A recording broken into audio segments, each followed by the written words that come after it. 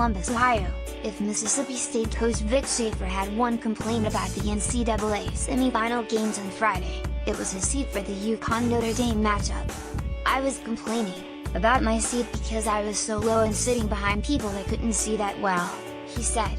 "It was a heck of a game. You're talking about two great coaches in our industry who have had so much success, and great players out there making plays left and right.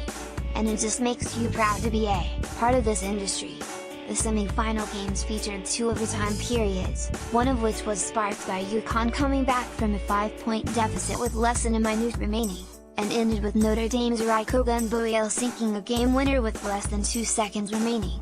The first game, which Schaefer's team won 73-63 after Rosenda Johnson sunk a 3-pointer, with 6 seconds remaining in regulation to force overtime, would have been compelling enough to call it one of the best Final Fours that coaches can remember.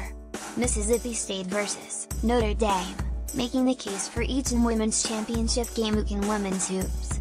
Gino Auriemma in rare spot after another Final Four loss. It also was a fitting penultimate round of what's been an NCAA tournament that reflects growing parity and a rising class of exciting stars in the women's game.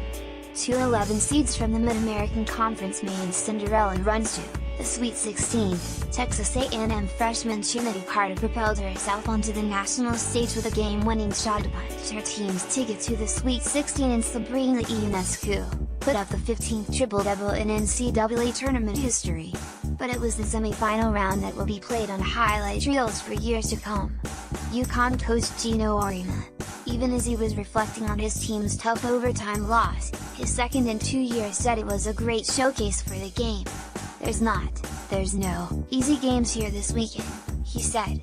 "There's no somebody snuck in there or somebody upset 3 different people to get here. The 4 best teams in the country were here, and they played like it." Notre Dame and Mississippi State played for the title on Sunday, 6 p.m. ET, ESPN, in a game that has all of the ingredients to be an equally compelling matchup, even if everyone might be a little tired from Friday night. Which, of course according to Fighting Irish coach Muffet McGraw, was worth it.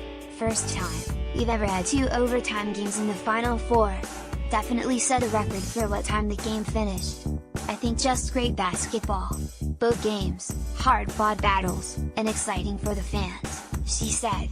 "That had to be a great TV game both times.